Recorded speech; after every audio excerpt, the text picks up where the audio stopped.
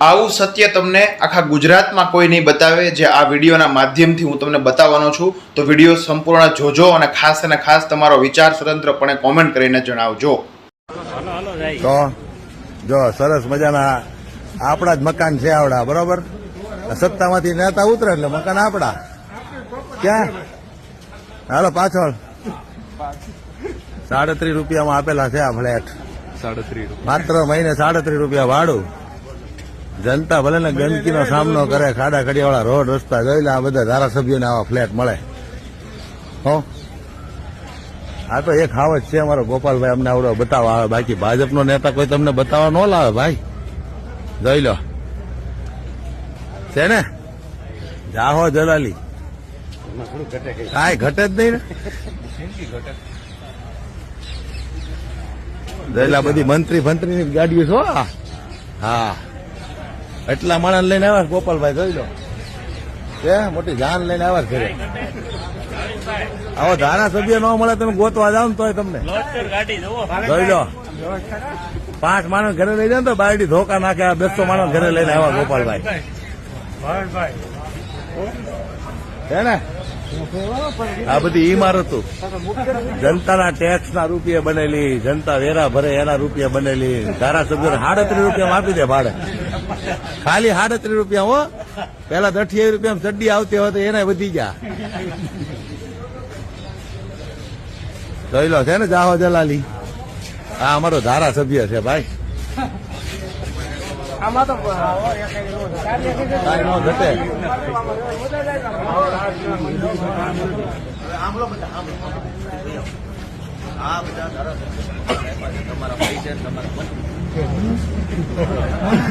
જોવાના, ભણવાનું અને પછી વિચારવાનું કે આટલા વર્ષથી હા કેમ નથી લેતા.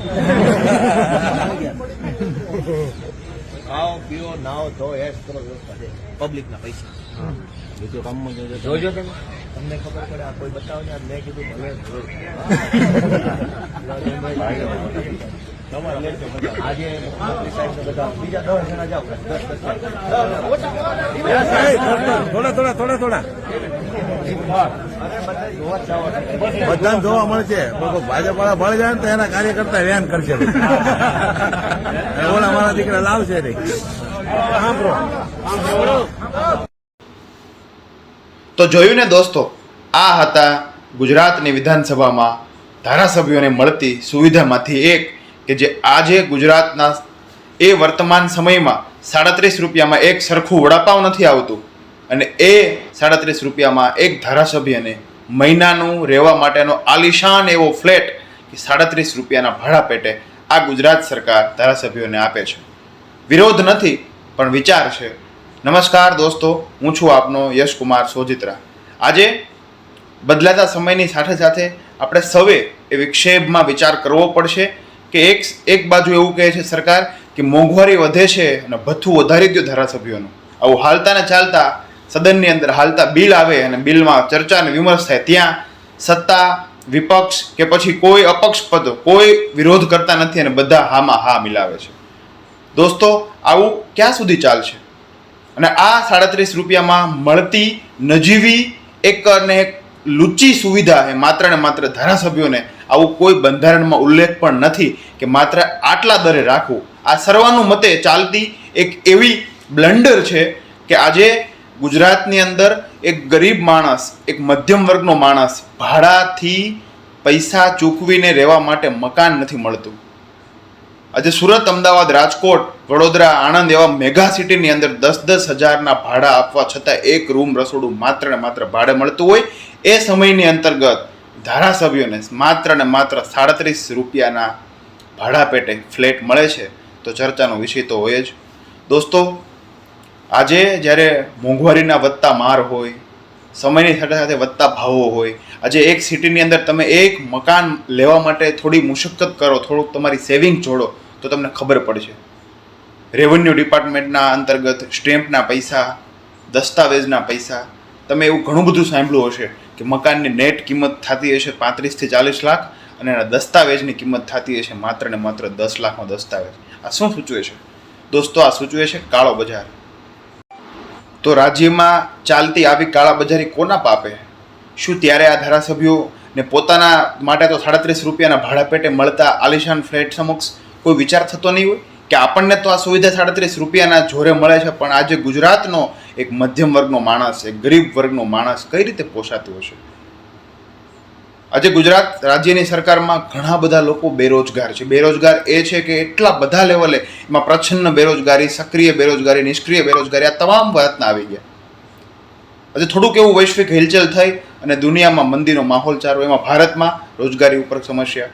દોસ્તો, આજે ભારતના ખાસ કરીને ગુજરાતની વાત કરું તો ઘરના મકાન બનાવી શકે, ઘરના મકાન હોય, ઘરના ફ્લેટ હોય, એવા કેટલા લોકો? દોસ્તો, બહુ ગંભીરતા અને બહુ ચિંતાના વિષય સાથે મારે વાત કરવી છે કે આજે પણ મેગા સિટીમાં જવાના એ સપનામાં, કારણ કે કંઈક રોજગારી મળશે, એના એ સપના સેવીને લોકો જ્યારે શહેર તરફ આવે છે ત્યારે શહેરમાં 5, 10, 15 કે 20 હજાર જેવા ભાડા ભરતા હોય છે. દોસ્તો, કાંઈ વાંધો નહીં, મોંઘવારીનો માર હોય, એ જમીનની નેટ રેવન્યુ હોય, પરંતુ એ તમામ મકાનનો જે મૂળ ભાવ છે 10 લાખનો દસ્તાવેજ હોય, પરંતુ 35 થી 40 લાખ આટલી બધી ભયંકર હદે એક બ્લેક માર્કેટ, કાળા બજારે થતું હોય છતાંય પણ આજે ગુજરાત સરકારના તમામ ધારાસભ્યો ચૂપ છે. કેમ? પોતાને તો 37 રૂપિયાના ભાડા પેટે મળે છે ને, પણ આપણે ચૂપ નથી. આપણે જ આ સોશિયલ મીડિયાનો અવાજ બનવાનું છે, કારણ કે આપણે સૌ નહીં બોલીએ આજે તો ધારાસભ્યનો તો શું છે? આજે એ છે તો આજે આ છે, એ છે, બી છે, સી છે, ડી છે, કોઈ પણ હશે, એને તેની સુવિધા મળશે. થોડીક ઘણી પણ મોંઘવારી વધી તો તાત્કાલિક સદનમાં ચર્ચા કરીને મોંઘવારી ભથ્થા વધારશે, પગાર વધારશે, એક્સ્ટ્રા અલાઉન્સ વધારશે. પણ સામાન્ય જનતાનું શું? આ ચિંતાનો વિષય છે.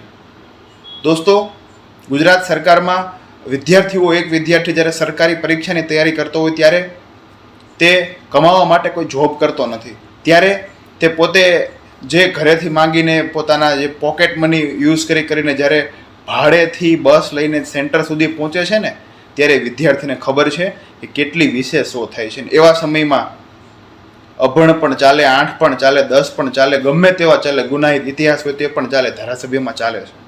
તો દોસ્તો, વિચારવાનું આપણે છે કે ભણી ગણીને બંધારણ વાંચે, ભૂગોળ વાંચે, ઇતિહાસ વાંચે, ઇકોનોમી વાંચે, દરેક વસ્તુ વાંચીને કરનારો વિદ્યાર્થી આજે એક તરફ સ્ટ્રગલ કરે છે અને એક બાજુ ગુનાહિત ઇતિહાસ હોય તો વાંધો નહીં, 8 પાસ હોય તો વાંધો નહીં, 10 પાસ હોય તો વાંધો નહીં, અભણ હોય તો વાંધો નહીં, માંદો હોય તો વાંધો નહીં, હાજર હોય તો વાંધો નહીં, હાજર ના હોય તો વાંધો નહીં. આ તમામ લોકો ગૃહમાં બેસીને નિરર્થક ચર્ચા કરે છે. આ તો ખેર છે ગોપાલભાઈ ઇટાલિયા, સારું છે કે જનતાને બતાવ્યું ને આવું સત્ય બહાર કાઢવા માટે હું ગોપાલભાઈ ઇટાલિયાને ખૂબ ખૂબ આભારી છું કે આવા 37 રૂપિયામાં ધારાસભ્યોને આવી આલિશાન એક સુવિધા મળતી હોય અને આજના ઇતિહાસમાં પહેલી વાર ગોપાલભાઈ ઇટાલિયાએ એક્સપોઝ કર્યું કે 37 રૂપિયામાં ધારાસભ્યોને લીલા લેર અને જનતાને હજારો રૂપિયા, કરોડો રૂપિયા, લાખો રૂપિયા ભાડામાં જ અસંખ્ય વર્ષોથી આવું ચાલતું આવે છે. તો આના જવાબદાર કોણ? આની ચર્ચા થવી જોઈએ. ખાસ કરીને દોસ્તો, આ વિડીયો ઉપરથી તમે પણ વિચારજો અને તમારી જાતને પૂછજો કે આજે આપણું ભવિષ્ય કઈ તરફ છે? જે દેશમાં અભણ, નિરર્થક, અયોગ્ય, ગુનાહિત ઇતિહાસ આવા લોકો શાસન કરતા હોય, એ દેશમાં સત્તા માટે એકબીજી પાર્ટીઓ સામસામે ઝઘડતી હોય, એકબીજા પાર્ટી સામે આક્ષેપો કરતા હોય, પણ એ સમયમાં દેશના ભાવિઓનું ભવિષ્ય સુરક્ષિત છે કે નહીં? આ પ્રશ્ન પૂછવો પડશે આપણે. એ પછી ગમે એ મંચથી પૂછીએ. બીજી એ વાત, આજના એ સમયમાં આજે એક આપણું બાળક હોય, શિક્ષણ માટે થોડીક આપણે તાલાવેલી હોય, બાળકને ભણાવવું છે તો ભણાવવા માટે પ્રાઇવેટ સ્કૂલના સ્કૂલ માફિયાઓ. તો એમાં શું આ ધારાસભ્યોને ખબર નહીં હોય? ધારાસભ્યોના બાળકોને તો શિક્ષણનું એલાઉન્સ મળે, પોતાના બાળકોને સારું મળે, સારી હોસ્પિટલ અલાઉન્સ મળે, પણ આજે કોમન મેન છે, મધ્યમ વર્ગ છે, ગરીબ વર્ગ છે, એનું કોણ? ત્રીજું, આજે ગુજરાત રાજ્યમાં લગભગ વિવિધ પ્રકારે ઘણી બધી એવી યોજનાઓ છે જે યોજનામાં માત્ર ને માત્ર ભ્રષ્ટાચાર ખુલ્લેઆમ થાય છે. એક તાજેતરનું ઉદાહરણ આપું કે જે મેડિકલ ક્ષેત્રમાં આયુષ્યમાન ભારત યોજના છે, આ યોજનામાં લાભ ઓછો અને અન્ય લોકો એટલે કે જે વ્હાઇટ કોલર, વ્હાઇટ એપ્રોન પહેરીને ડૉક્ટરનો લાભ વધુ, અંગત લાભ જરૂર હોય કે ના હોય, હબોડો, તકલીફ હોય કે ના હોય, હબોડો. આ નીતિના કારણે આજે કંઈક ને કંઈક અંશે દેશનો રેવન્યુનો કેપિટલ એક્સપેન્ડિચરમાં જે ખર્ચો થવો જોઈએ એ પૈસા આજે માત્ર ને માત્ર 5, 10 કે 15 પ્રકારના લોકોમાં બટાય છે. દુઃખ એ છે. આપણે સૌએ વિચારવું પડશે, આપણું મન ખોલવું પડશે.